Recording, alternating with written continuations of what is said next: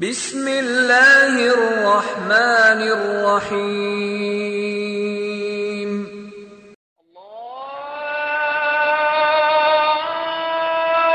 اللہ اکبر اللہ اکبر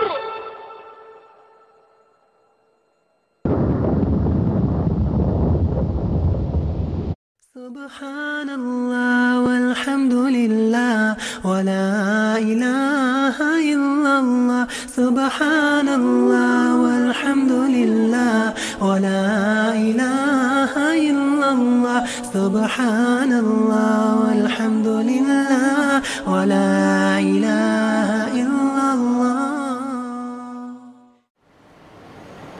إن الحمد لله الذي نستعينه ونستغفره ونؤمن به ونتوكل عليه ونعوذ بالله من شرور أنفسنا ومن سيئات أعمالنا من يهدي الله فلا مضل له ومن يضلل فلا هادي له وأشهد أن لا إله إلا الله وأشهد أن محمدا عبده ورسوله أما بعد فإن خير الحديث كتاب الله وخير الهدي هدي محمد صلى الله عليه وسلم وشر الأمور محدثاتها وكل محدثة بدعة وكل بدعة ضلالة وكل ضلالة في النار. قال الله تعالى في القرآن المجيد والفرقان الحميد أعوذ بالله من الشيطان الرجيم صراط الذين أنعمت عليهم غير المغضوب عليهم ولا الضالين آمين. ربي اشرح لي صدري ويسر لي أمري واحلل عقدة من لساني يفقهوا قولي ربي زدني علما آمين رب العالمين. تمام تعریف بدری بڑائی کبریائی اس سے بغیر مولا کے لیے جو تمام جہاں کا خالق مدبر مشکل کشا حاجت روا جس کی ذات میں کوئی شکوہ نہیں جس کی دانش میں کوئی شکایت نہیں اور خطا سے لاریب ہے. درود و سلام میں بد وحی کتاب حکمت کے مالک صاحب تاج و معراج براق صلی اللہ علیہ وسلم پر اللہم صلی علی محمد وعلی آل محمد بارک وسلم. برادران اسلام اور پس سے پردہ سننے والی اسلام کی معزز معتبر خواتین، یہ اللہ کا بے پناہ فضل کرم احسان ہے کہ اللہ رب العزت نے گزشتہ جمعے سے آج کے جمعے تک ایک بہترین اور اچھی صحت سے نوازا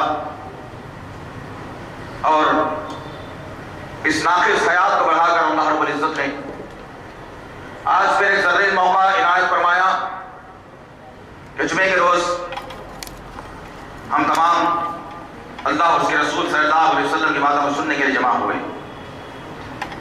عزیزان محترم، ہر جمعے میں کوشش یہ کی جاتی ہے کہ عوام الناس تک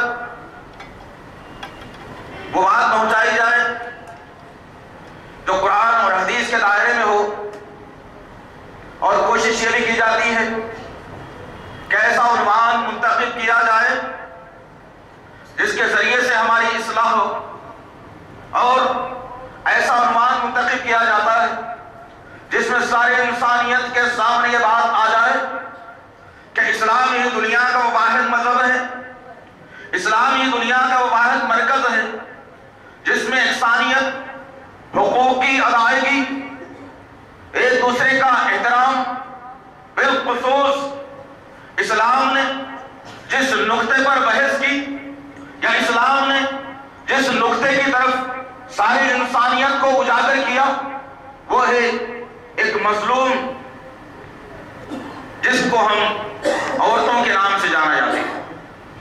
اسلام سے پہلے بھی عورتوں پر ظلم اتیاچار کی بے شمار مثالیں ملتی. اور پھر اسلام جب آیا تو اسی عورت کو کس مقام پر اسلام نے بٹھایا، اسلام نے کس ذریعے سے اس کے حرمت کو پامال ہونے سے بچایا، اس کی عزت ناموس کی حفاظت کی، اس کو لا کر مشاورتی میٹنگ کا کیسا ایک ذمہ دار بنایا. آج کے خطبے میں انشاءاللہ تعالی ہم یہ دیکھ سکیں گے. تو عزیزان محترم، آج کے خطبے کا عنوان ہم نے منتخب کیا ہے کہ عورتوں کا مقام اسلام سے پہلے اور اسلام میں. انشاءاللہ العزیز اسی عنوان پر آج کا یہ جمعہ خطبہ منحصر رہے گا. اللہ سے دعا ہے کہ اللہ تعالیٰ ہمارے ذہنوں کو کشادہ کر دے، ہماری زبان کی رکنت کو دور فرما، ہمارے سینوں کو چوڑا کر دے اور ہم کو سننے اور سمجھنے کی صلاحیت عطا فرما دے. عزیزان محترم، جس وقت اسلام عرب کی سرزمین پر نہیں تھا، ہر شخص اپنی مرضی کا اجارہ داری چلانے والا تھا. کہیں خاندانوں کی رسومات چلتی اور کہیں پر تجارت پیشہ لوگوں کی اجارہ داری کا ایک شیوا بن چکا تھا. غرض کہنے کا مقصد یہ ہے کہ انہی ماحول میں میرے مراد کے آقا محمد صلی اللہ علیہ وسلم کو اللہ رب العزت نے محمد رسول اللہ بنا کر دنیا میں بھیجا، رحمت العالمین کے تمغے سے نوازا، اور پھر اللہ رب العزت نے ساری انسانیت کے سامنے، ساری دنیا کے سامنے ان باتوں کا بھی خلاصہ کر دیا کہ ہم نے نبی کریم صلی اللہ علیہ وسلم کو مالک حوض کوثر بنا دیا ہے، محسن انسانیت بنا دیا ہے. انہی ماحول میں جب نبی کریم صلی اللہ علیہ وسلم اسلام کی تعلیمات کو لوگوں کے سامنے رکھ رہے تھے، اسلام کی بات کو انسانیت کے سامنے رکھ رہے تھے، ایک اللہ کو ماننے، ایک اللہ کے سامنے سر جھکانے کی تلقین کر رہے تھے. جو بت اپنے ہاتھوں سے بنائے گئے ہوں یا جن کو لوگ اپنے اولیاء یا ولی تصور کرتے تھے، ان سے بچنے کا نبی کریم صلی اللہ علیہ وسلم تعلیمات دے رہے تھے، اور کعبۃ اللہ کے سامنے جھک کر اپنے آپ کو اللہ کا پکا سچا بندہ بنانے کی توفیق نبی کریم صلی اللہ علیہ وسلم کی باتوں سے انسانیت کو مل رہی تھی. انہی ماحول میں جب اسلام پنپ رہا تھا، جب اسلام لوگوں کے ذریعے سے قصبوں میں، گھروں میں، دیہاتوں میں، خاندانوں میں پھیل رہا تھا، اللہ کے رسول صلی اللہ علیہ وسلم کی خدمت اقدس میں ایک آدمی حاضر ہوتا ہے اور کہتا ہے یا رسول اللہ، مجھے اسلام قبول کرنا ہے، میں اسلام میں آنا چاہتا ہوں. نبی کریم صلی اللہ علیہ وسلم نے کہا بس دو جملے ہیں جو تم کو جہنم سے بچا سکتے ہیں، جو تم کو اللہ کی یاد دلا سکتے ہیں، اور پھر تم ایسے مقام کے ایک محقق بن جاؤ گے، جس کے حقدار بن جاؤ گے تم، وہ ہے جنت. اس آدمی نے کہا کہ بتاؤ کیا کرنا ہے مجھے. نبی کریم صلی اللہ علیہ وسلم نے کہا کہ لا الہ الا اللہ محمد رسول اللہ. جب یہ کلمہ تم پڑھ لو تو تمہارا مقام مرتبہ اللہ کی نظر میں بڑھ جائے گا، اللہ انسانیت میں تمہارے رتبے کو بلند کر دے گا، جہنم سے تم کو بچا لے گا، جنت تمہارے مستحق بن جائے گی. وہ آدمی نے کلمے کو پڑھ لیا، اب مسلمانوں کے زمرے میں شامل ہوا، وہاں سے اٹھا اور اپنے گھر کا رخ کر کے چلا گیا.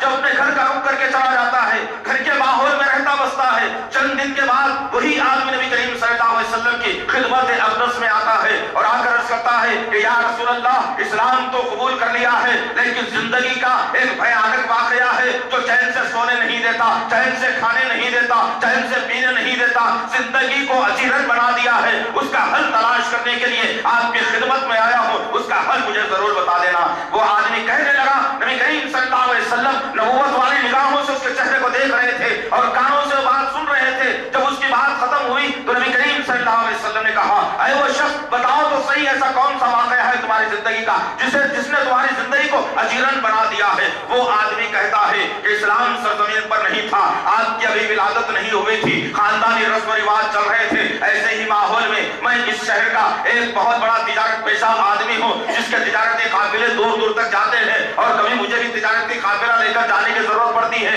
مہینوں میں اپنے گھر سے دور رہا کرتا ہوں اور آج تک میری وہ تجارت چل رہی ہے. ایسے ہی واقعہ میری زندگی میں پیش آیا کہ جس وقت میں اپنے تجارتی قافلے کو لے کر نکلنے والا تھا، میری بیوی نے کہا کہ اجی تم جا تو رہے ہو، لیکن تمہارے نشانی جو میرے پیٹ میں پل رہی ہے اس کا کیا کیا جائے. تم میرے کان میرے نظریں چونک اٹھی اور میرے ذہن میں ایک قسم کا غبار پیدا ہوا اور میں سوچنے پر مجبور ہو گیا کہ اب جو پڑھ رہا ہے وہ لڑکی ہوگی یا لڑکا ہوگا. پھر میری ذہنی صلاحیت واپس آئی. میں اپنے بیوی سے کہنے لگا, وہ شخص کہتا ہے اپنے بیوی سے کہ اے میری بیوی, جب لڑکا اگر پیدا ہو جائے تو بڑی شان اور شوکت کے ساتھ میں اس کی نگہداشت کرنا, اس کی نشو نما کرنا, اس کو بہترین طاقتور انسان بنانا. اگر غلطی سے اگر لڑکی اگر پیدا ہو جاتی ہے تو جیسا ہی پیدا ہونے کی تمہیں خبر مل جائے زمین میں اس کو دفن کر دینا. نبی کریم صلی اللہ علیہ وسلم اس کی باتوں کو بڑی غور سے سماعت فرما رہے ہیں. وہ آدمی کہے جا رہا ہے, کہتا ہے کہ جب میں تجارتی خاطرہ لے کر چلا گیا, چند مہینوں کے بعد جب میرا واپسی کا وقت ہوا, جب میں گھر میں داخلہ لینے کی کوشش کی تو لوگوں نے مجھ سے آ کر شکایت کی, اے شخص تو تجارتی قافلہ لے کر چلا گیا تھا, تجھے کیا معلوم کہ تیرے گھر میں کیا واقعہ رونما ہوا ہے. وہ آدمی کہتا ہے کہ ایسا کیا ہو گیا, بتاؤ تو صحیح. کہتا ہے, کہتے ہیں لوگ, مجھ سے لوگ کہنے لگے کہ تمہارے آنگن میں جب تم داخلہ لوگے تو ایک لڑکی کھیلتی ہوئی نظر آئے گی, وہ تمہاری ہی ہے. آدمی نے سوچا کہ اتنا بڑا واقعہ ہو گیا میرے گھر میں, نحوست آ گئی.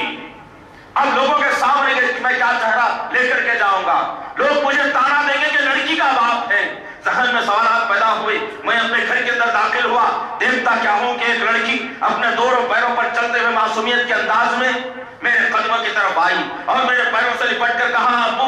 میں نے اپنی لڑکی کو دیکھا, اس کو اپنے گود میں اٹھایا, اپنے بیوی کی طرف چلا گیا. بیوی سے جا کر میں نے سوال کیا, پوچھا کہ میری بیوی بتا تو صحیح یہ کس کی لڑکی ہے. میری بیوی نے بات کو چھپاتے ہوئے کہا کہ کوئی آدمی یہاں پر پیدا ہونے کے بعد چھوڑ کر کے چلا گیا تھا تو میری ممتا جاگ اٹھی, میں نے اس کو پال کر بڑا کر دیا ہے. باپ کے ذہن میں باہر والوں کا سوال ہے. بیوی کے بات کو چھپاتے ہوئے ایک جو ہے ایک باصلاحیت بیوی نے اپنے بات کو چھپاتے ہوئے شوہر سے اس بچی کی جان کو بچانے کی فکر میں لگی ہوئی تھی. لیکن باپ کے ذہن میں سوالات پیدا ہوئے. وہ باپ آنن فانن اپنے گھر سے پھر نکلا اور لوگوں سے دریافت کرنے لگا کہ لڑکی کون ہے. لوگوں نے مجھ سے انتخابات بتا دی. وہ عورت کے پاس بھی اس کو لے جایا گیا جس نے اس کی ڈیلیوری کی تھی, جس کو دائی کہا جاتا ہے. اس کے پاس لے جا کر تصدیق کر لی گئی تو اس عورت نے کہا کہ ہاں تمہاری بیوی کو لڑکی ہی ہوئی ہے, کسی اور کی نہیں, وہ تمہاری نشانی ہے. وہ آپ غصے سے چہرہ تمتما اٹھا اس آدمی کا, پھر گھر میں داخلہ لیتا ہے اور بیوی سے کہتا ہے کہ فلاں مقام کے اوپر ایک چادرہ لگی ہوئی ہے, اس چادرہ میں میں اس بچی کو لے جا کر تفریح کرا کے لاؤں گا, ذرا اس کو تم تیار بھی کر دینا.